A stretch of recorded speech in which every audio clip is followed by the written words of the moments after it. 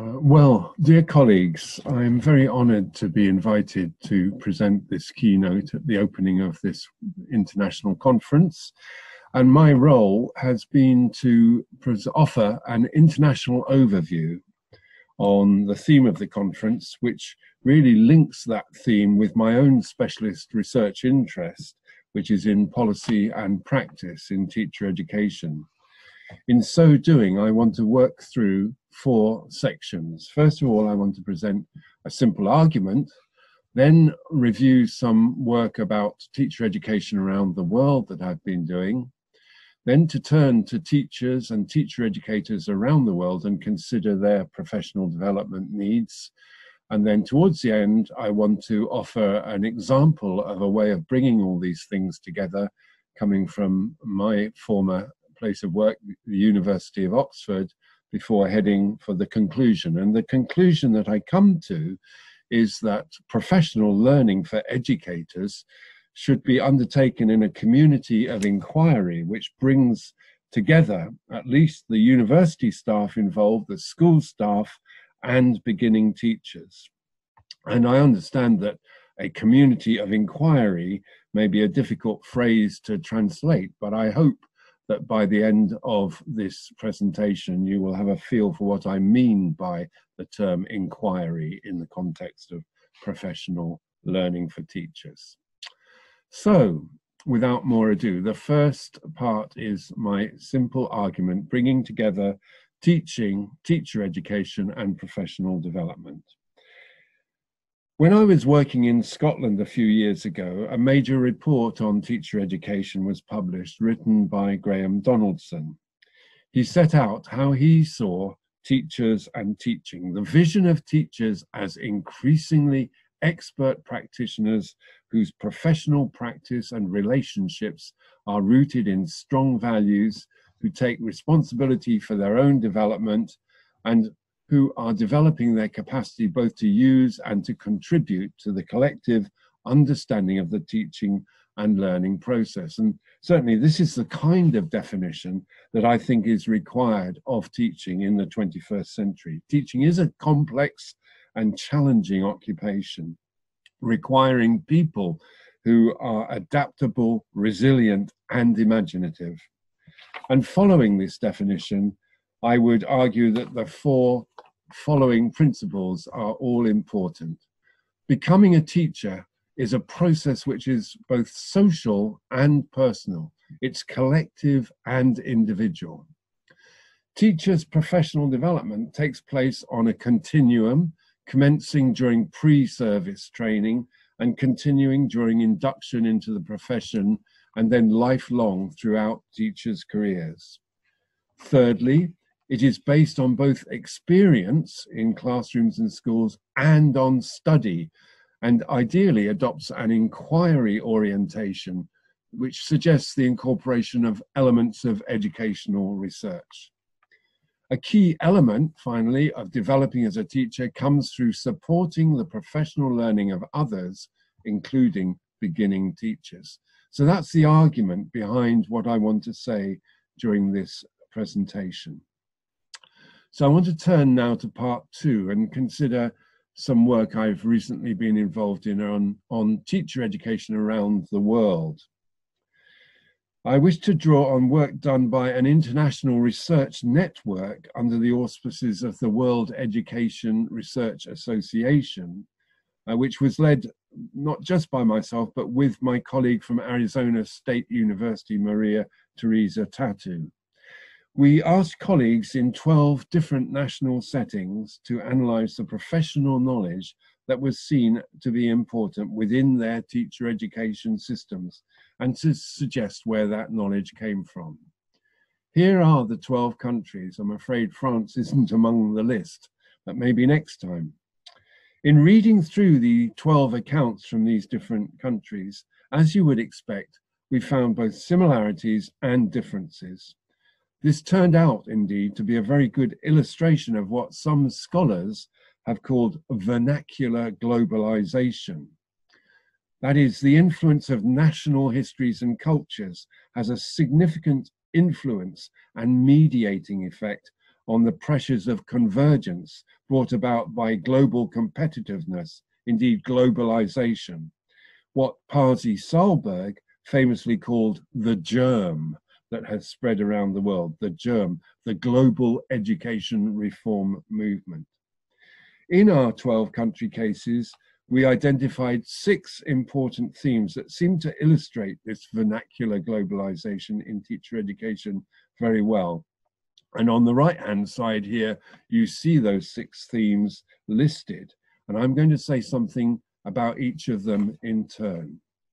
Firstly, what we call the professionalization or universitization trajectory. In some countries, we have seen teacher education moving increasingly towards the university with greater emphasis on theory and educational science, for example, in Finland, Mexico, and Russia.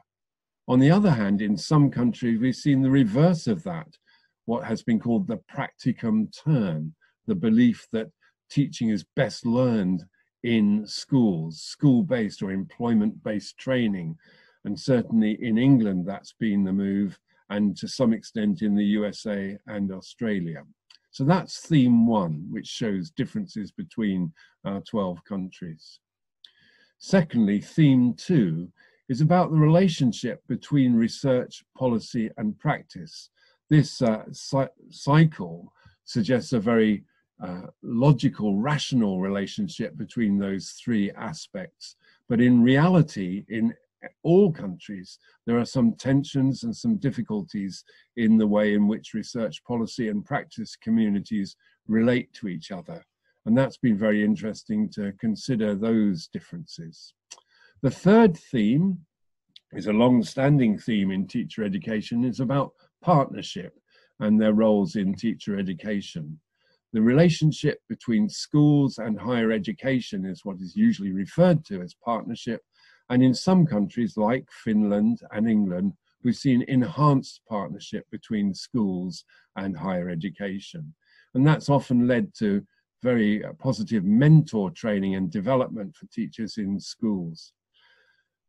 On the other hand, in some places, there's still a very clear separation between the contribution of schools and universities in teacher education, a separation, if you like, rather than an integration. Theme 4 is about power and control. It's some time since Marilyn Cochrane-Smith pointed out that teacher education has become a policy problem in many countries. And the way in which teaching and teacher education is governed varies around the world. Some situations, it's a federal government that takes the main lead. Others, it's a national government. In others, yet others, it can be a state government of a smaller nature taking the lead.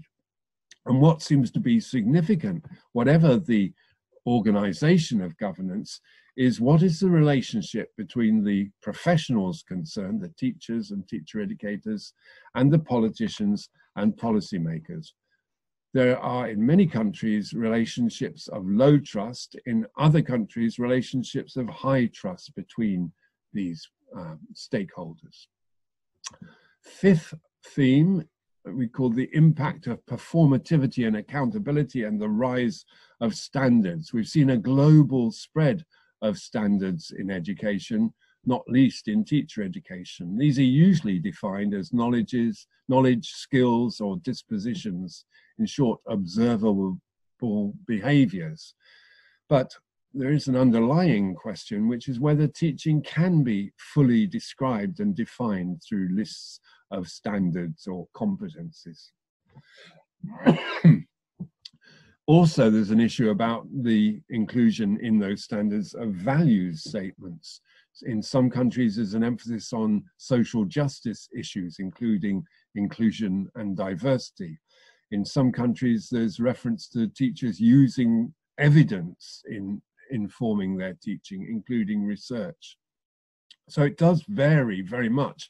Although the growth of standards is almost uniform, the nature of those standards does vary considerably.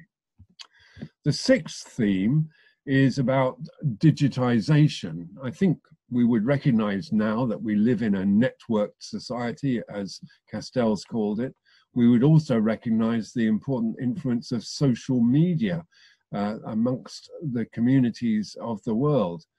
And it's those digital technologies that have facilitated the global spread of organizations such as Teach for All, Teach for America, Teach First in England, etc. And also for the rapid development of the use of metrics and performance tables in education. But what was not apparent in our study was where the creative use of learning technologies is in teacher education. But of course, the recent challenges arising from the COVID-19 pandemic have really accelerated the use of digital technologies in all forms of education, including teacher education. Those were the 6 themes that came out of our study, but there's a 7th theme I would like to add, given the theme of this conference, and that's about the continuum of professional learning, the crucial relationship between pre-service and later professional learning. In Northern Ireland, they called this the 3 I's, the link between initial, induction, and in-service education. And that, of course, is a very important theme as well, connecting up lifelong learning for teachers. So let's turn now to consider teachers and teacher educators, who they are and what are their professional development needs. We may start by asking, who are the teacher educators, and then what are their professional development needs? They're mainly based in 2 different locations: higher education institutions, such as universities and colleges, and schools, because there are many teacher educators, people involved in teacher education, now working in schools. In the universities, teacher educators include former school teachers, subject specialists, researchers, and very often they're required to develop what you might call hybrid identities, combining different aspects of these backgrounds. In the schools, teacher educators, as well as being teachers, may have roles such as subject mentors, professional tutors, or teacher education coordinators. So what might their professional development needs be? Well, in universities, we could list the following: the ability to teach adults, the expertise in subject knowledge, the use of digital skills, knowledge of the regulatory framework for teacher education, skills in relationship management, and very often they're expected to have higher qualifications such as doctorates, and to maintain some research productivity. In schools, what teachers are expected to have as teacher educators is a range of mentoring skills, again, subject knowledge, knowledge of the regulatory framework as it affects schools, again, relationship management, and sometimes higher qualifications as well. And not surprisingly, we can see quite a degree of overlap and similarity between these 2 lists. One authoritative source for finding out what is happening with school teachers is the Teaching and Learning International Survey, TALIS, carried out periodically by the OECD. The last such exercise took place in 2018. The report that came out tells us that 55% of lower secondary teachers ranked high quality professional development as a high priority, even if not as highly as reducing class size or raising salaries. And Andreas Schleicher, in his overview of the survey, reported that taken together, TALIS findings highlight the importance of 5 aspects that predict teachers' job satisfaction. And I've highlighted the 3 here out of those 5 that include reference to professional development, professional learning. So it's lifelong learning, induction and mentoring, and opportunities for professional learning, all feature as important for teachers in the survey.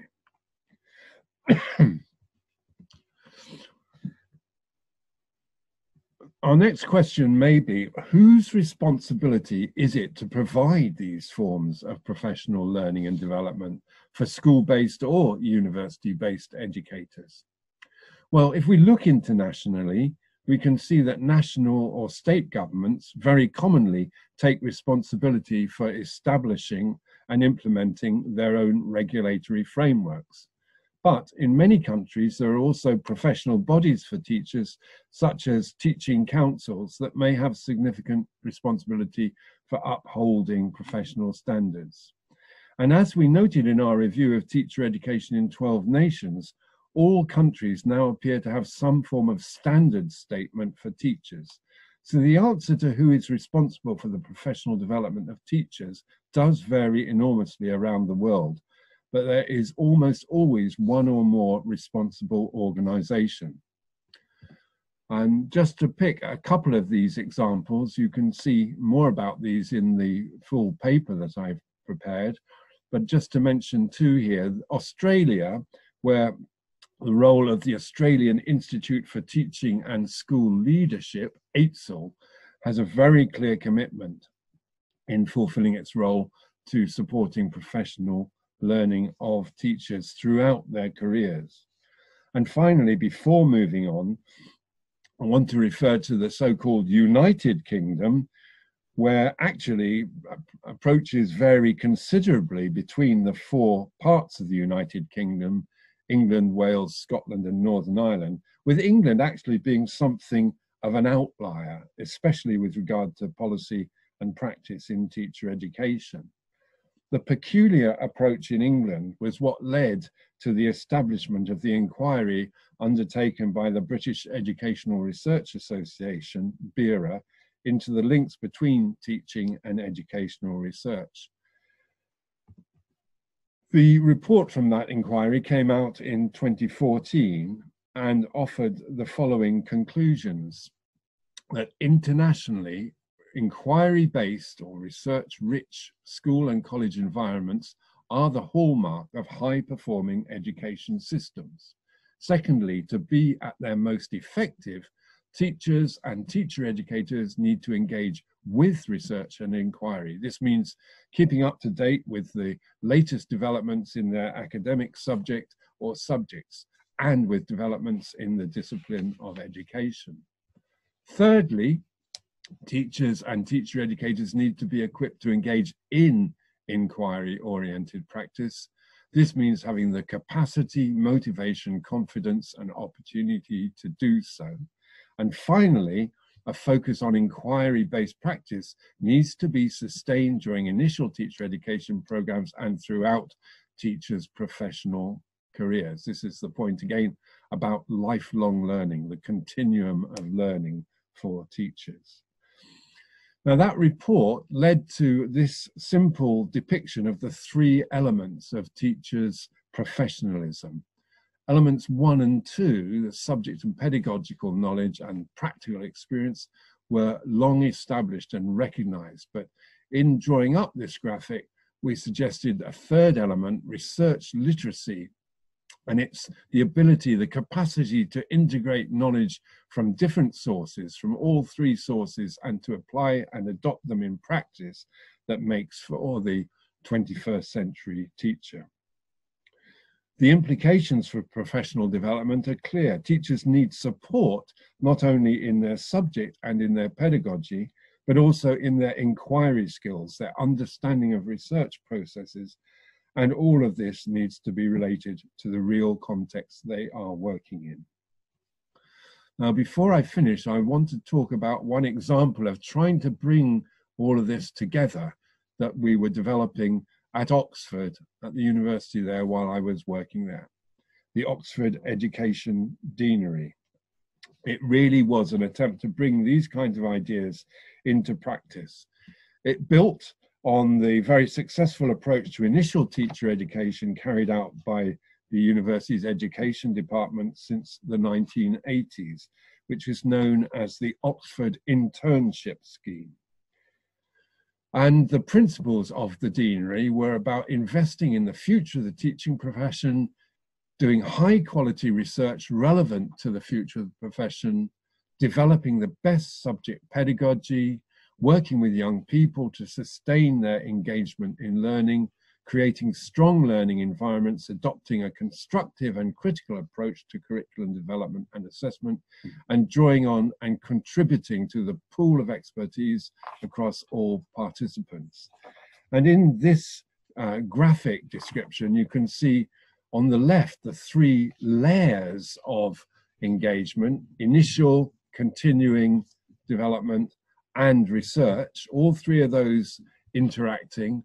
And across the top, you can see the different kinds of relationship, the relationship between local schools and the Oxford University Department of Education, relationship between the schools and the wider university, and between the schools, the department, and the wider university.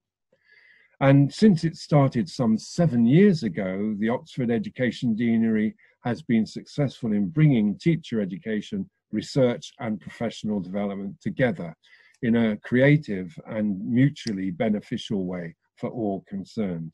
In short, the Deanery has stimulated interaction between pre-service training, in-service continuing development, and educational research. In this way, it has sought to create what might be called a third space, which leads me to my conclusion. I unashamedly take my conclusion by quoting from a very valuable report of a longitudinal investigation of teacher education carried out in Australia, led by Diane Mayer, a colleague who is herself now also based at Oxford. The study was called Studying the Effectiveness of Teacher Education, CT. And CT findings and analyses suggest that preparing, supporting, and retaining high-quality early career teachers requires a reconsideration of teacher education across the real and/or perceived divides created by the dichotomies embedded in policy talk globally. And then I emphasize it explicitly supports notions that schooling and educating teachers be viewed as a collective responsibility between universities, schools, systems, and communities within a newly created, real or imagined third space. And this captures so well the spirit of the argument I've been developing during this talk. That is, we are all in it together.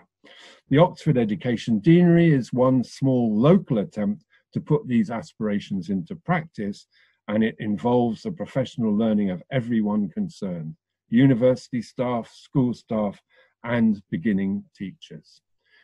Thank you for listening. Here are some of the references I've referred to, and I look forward to discussing some of these issues with you. Thank you very much.